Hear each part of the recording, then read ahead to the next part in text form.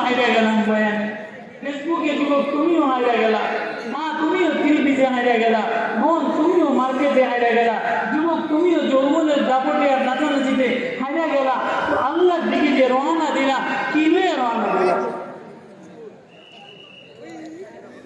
আমার বয়ানে মজমা নারায় তকবীর স্লোগান তো সাহাবী সবাই রে বলে নবী গো মাগরিবের নামাজে তেলাওয়াত করলে তেলাওয়াতটা আমার হৃদয় লাগায় দেয়, গ্রাম আমার হৃদয় করে গ্রামটা লাগায় দেয়। নবীজি বলে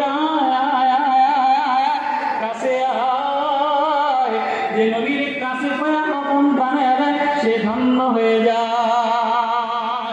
আর যে নবীজির সিরতুন নবী মাহফিলে আসো, নবীর আপনার মিলে না, ওলামা দেখাও ওলামার মায়া লাগায় না, কোরআনওয়ালা পায়াও কোরআনওয়ালার মায়া লাগে না। তার চেয়ে হতভাগা আর কেউ নাই, তার চেয়ে কপাল পরা কারণ কেউ নাই।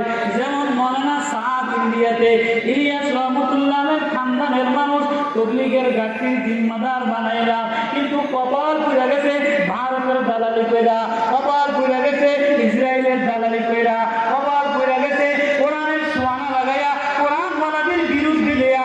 মৌলানা সাদ খুনি হয়ে গেছে, দুর্দুন জালেম হয়ে গেছে, মৌলানা সাদ ওলামাদের বিদ্বেষী হয়ে গেছে, কপাল পুড়ে গেছে, কপাল পুড়ে গেছে। ওই কথাটা আল্লাহ বলে আবি মুহিতের যেমন নদীর পায়েও কপাল পুড়ে গেছে। ও সাদিয়ানি ওলারা, তোমরা তবলিগের মেহনত পায়াও ওলামার কাছে না দেয়া কপাল পুড়ে লাইরা। একটা আয়াত দিয়ে তেলাওয়াত করছি, এটা তরজমা করে বয়ান। ويوم يعض الظالم على يديه يقول يا ليتني اتخذت مع الرسول سبيلا يا ويلتى ليتني لم اتخذ فلانا خليلا لقد اضلني